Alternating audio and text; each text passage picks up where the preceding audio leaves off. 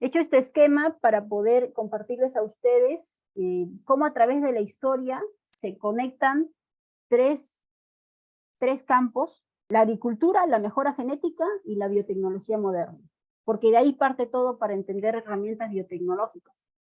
Para poder entender las herramientas y las técnicas, hay que entender a través de la historia, y he tocado solamente puntos importantes de la historia. Entonces, hace 10.000 años que nace la agricultura, es el nacimiento de la agricultura, entonces cuadrito amarillo, agricultura. Hace 10.000 años empieza a surgir la agricultura, y esta agricultura que empieza a surgir, pues empezó por hacer un cambio en las personas nómadas que empezaron a dejar de ser nómadas y empezar a hacer la caza y la recolección para volverse sedentarios. Los primeros cultivos que iniciaron, y esto se dio por ya científicos que fueron descubriendo, fueron los granos de trigos carbonizados que se encontraron hace 1500 años en el norte de Irak, o hace 15.000 años, perdón, hace 15.000 años. Por eso ya se sabe que por ahí inicia la agricultura. Y con ese primer cultivo, con el trigo, o sea, el trigo es el cultivo más antiguo. Si ese sería el dato, ¿cuál es la planta más antigua? El trigo. El trigo es la planta más antigua y es la que más ha sido modificada, mejorada hasta el día de hoy. Es la que más se conoce. Luego sigue, si seguimos con esa cadena de quiénes son los cultivos más antiguos, ¿no? Gramídeas salvajes, que se encontró hace 11.000 años. Ese sería otro cultivo. Y luego las dos primeras especies de gramíneas salvajes que fueron objeto de reproducción controlada fueron la cebada y el trigo.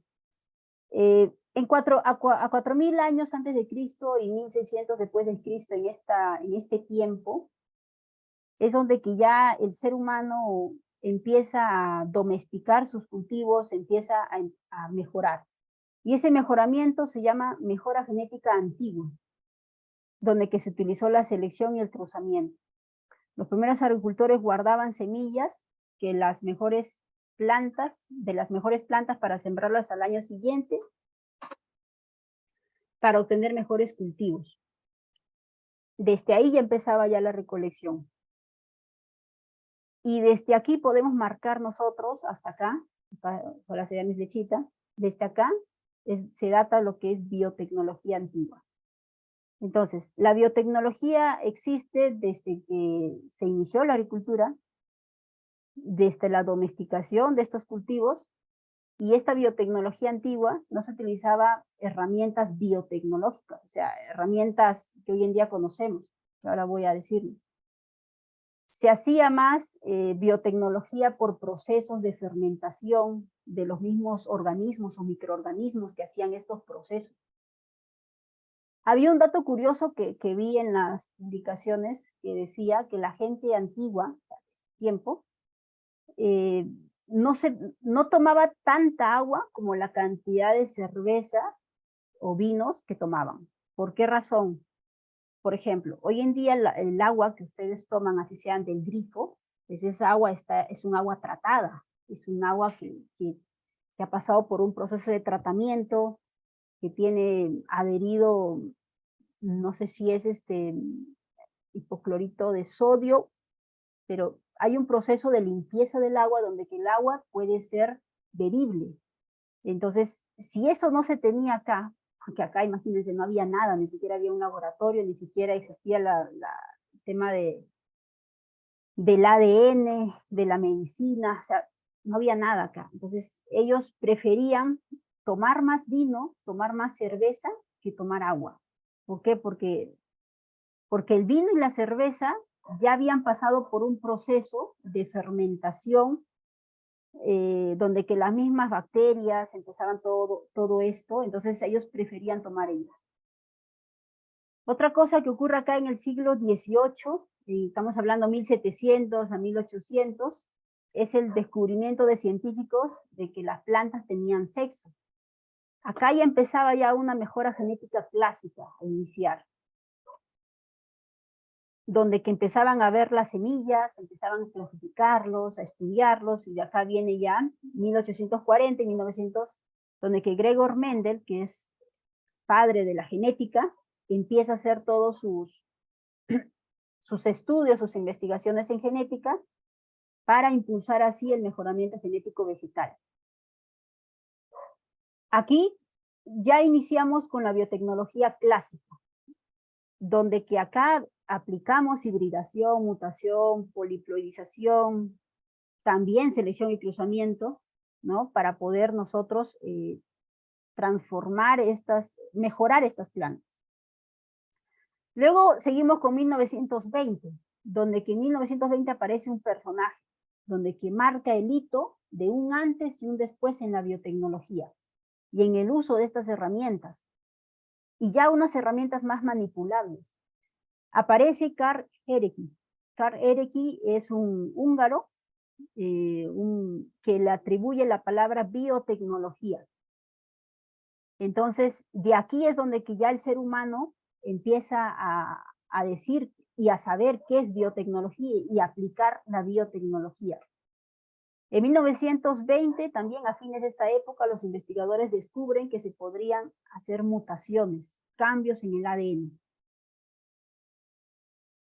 Cuando hablamos de la biotecnología clásica, también estamos hablando que en 1800 a 1960 estamos entrando con microorganismos y el cultivo de tejidos vegetales. ¿Por qué? Porque el cultivo de tejidos vegetales nace en 1900 con Haberland, que empezó a estudiar y es el padre del cultivo de tejidos vegetales, y fue después desde 1800 y tanto empezó a estudiar Haberland, y fue después de 100 años que ya se pudo probar todo lo que él decía, hasta sacar el medio de cultivo y pues desarrollar toda la cadena de plantas in vitro en diferentes campos. Bueno, vamos a seguir acá. Entonces, si nosotros podríamos decir, Lirio, acá nada más primero, si nosotros podemos decir, Lirio, ¿y acá hay herramientas? ¿O a qué te refieres cuando dices herramientas y técnicas? Bueno, aquí hay diferentes técnicas. Técnicas como hibridación, mutación, poliploidización, son técnicas que se aplican. Microorganismos, cultivo de tejidos vegetales, son conjunto de técnicas que se aplican. ¿Para qué? Siempre se busca mejorar cultivos.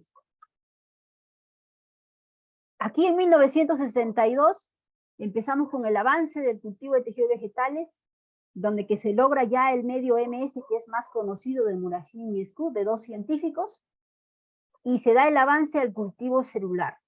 Aquí también marca un hito en la historia. ¿Por qué? Porque ya a través del cultivo celular ya se podrían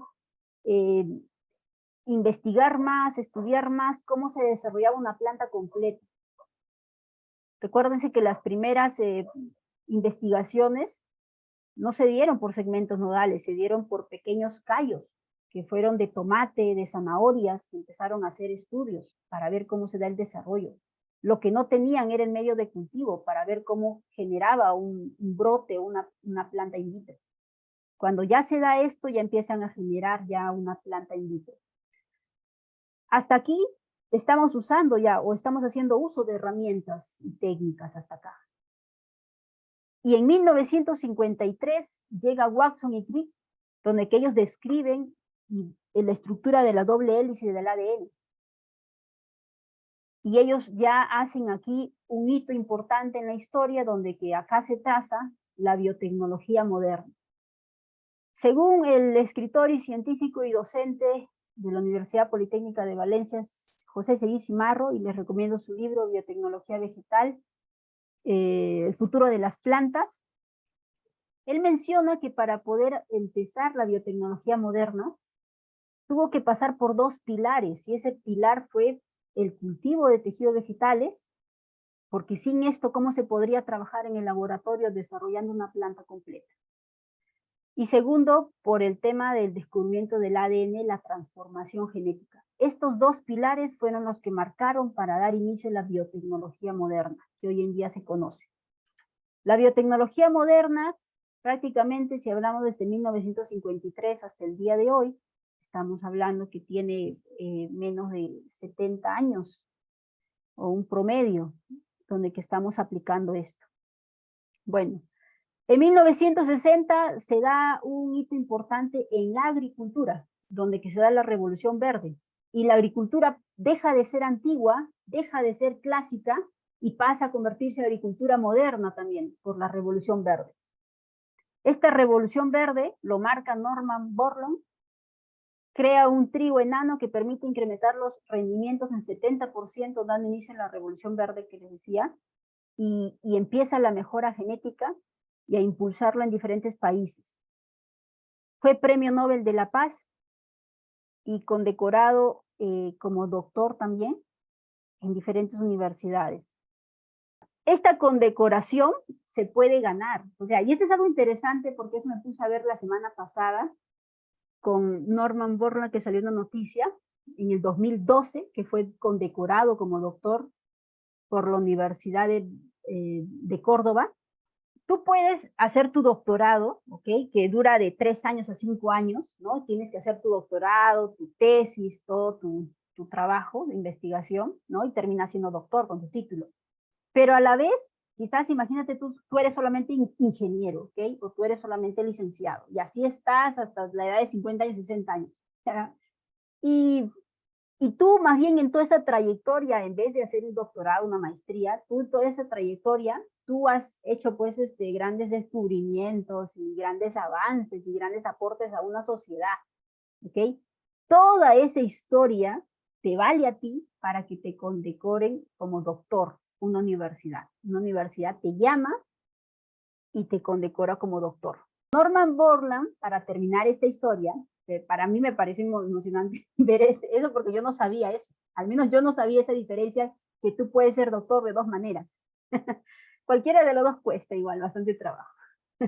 Pero Norman Borlaug fue condecorado por muchas universidades como doctor honoris causa. Bueno, siguiendo, la agricultura moderna empieza ese cambio desde la Revolución Verde y en 1982, otro hito importante también, fue la primera planta modificada genéticamente. Ya que iniciamos destacado el descubrimiento del ADN y la transformación genética, no fue al instante que se creó una planta OGM, ¿no? No fue al instante, o sea, esto tardó años para poder crearse una planta. Y esta primera planta modificada fue un tabaco, que fue resistente a antibióticos y apareció en 1983. Pasaría poco más de una década para que un transgénico se empezara a comercializar. Y en el año 2000, pues aquí lo que ocurre es la secuenciación por primera vez del genoma completo de la primera planta. ¿Quién fue la primera planta? Arabidopsis thaliana. Todo este tiempo, desde el descubrimiento del ADN, se inició también con la mejora genética moderna e iniciamos a aplicar técnicas, acá ya estoy mencionando varias técnicas, todo esto a detalle, o sea, yo lo que me quiero enfocar más es con esta historia, porque al menos en mi punto de vista, yo lo he aprendido más viendo en este tema de hacer un rango de tiempo en la historia, y así yo sé, ya sé por qué son técnicas, ya sé ya dónde aparece cada una. Con esto al menos yo aprendo más. Entonces, cada una de estas técnicas y herramientas en el manual lo he estado redactando, ya todo, cada uno ahí, digamos, podría ser como un diccionario, ¿no? Entonces tú buscas ahí, ya estas son la cantidad de técnicas y herramientas, ¿no? Mejor visto en un manual, ¿no? En la redacción. Aquí en la mejora genética moderna tenemos, ¿no? Ya la aparición de cultivo in vitro de células, tejidos, órganos, el rescate de embriones, microinjertación, poliploidización que van apareciendo, ¿no? Y son muchas técnicas en sí de la mejora genética. Y como les decía, acá aparece la biotecnología moderna, y esta biotecnología moderna que es hasta el día de hoy. Ahora, seguimos. En el 2005 otro hito importante fue que el microbiólogo, el doctor Francisco Mojica, de la Universidad de Alicante, descubre y bautiza el CRISPR. Hasta ahí, creo que a nivel mundial, al menos en Latinoamérica, al menos en Perú, al menos en la ciudad de Ica, yo no sabía del CRISPR-Cas. No sabíamos del CRISPR-Cas, que existía la edición de genes, pero esto no es en el 2018, 2020, no, esto fue hace años, es más, antes del 2000. Pero esto fue un hito muy importante en 2005, ¿no? Y él en sí fue el que descubrió, a través de unas bacterias, que se fue a un lago a investigar y sacó esto y empezó toda su investigación. En el 2014, 28 países en el mundo cultivan los 181 millones de hectáreas que se dedican a transgénicos. 20 países en vías de desarrollo, mientras que 8 son industrializados. Entonces, en total creo que son más de 205 países a nivel mundial. Pero ya en el 2014, 28 países, o sea, estamos hablando cuánto, el 20% del total, 20% de a nivel mundial, de todos los países del mundo, ya estaban cultivando plantas transgénicas. La mejora genética moderna empieza también su camino junto con la biotecnología moderna, y acá es donde que empieza la transgénesis y la edición de genes a marcar más esta historia. En el 2020, en plena pandemia nosotros, quizás desde 2018 las publicaciones, dos doctoras, dos científicas de Estados Unidos, Charpentier y Doudna, son galardonadas con el Premio Nobel de Química por el desarrollo de un método de edición genómica, el CRISPR-Cas9, que es una de, otra vez repito, ahí, es una de las muchas técnicas, herramientas de edición de genes, porque no es una, son varias. ¿Ok? Y luego llegamos a una biotecnología futurista. Espero que este nombre en algún momento salga, espero enterarme rápido cómo se llamaría esto, porque ahorita estamos en la biotecnología moderna, terminando ya quizás esto, 2025, 2030, al crecimiento en el que vamos también, y viene una biotecnología futurista que ya está dando sus pasos hoy en día, donde que se está aplicando junto a diferentes herramientas la biología sintética, la inteligencia artificial, las ciencias e ingenierías moleculares y genómicas en la agricultura, que han trazado y han marcado lo que conocemos hoy en día.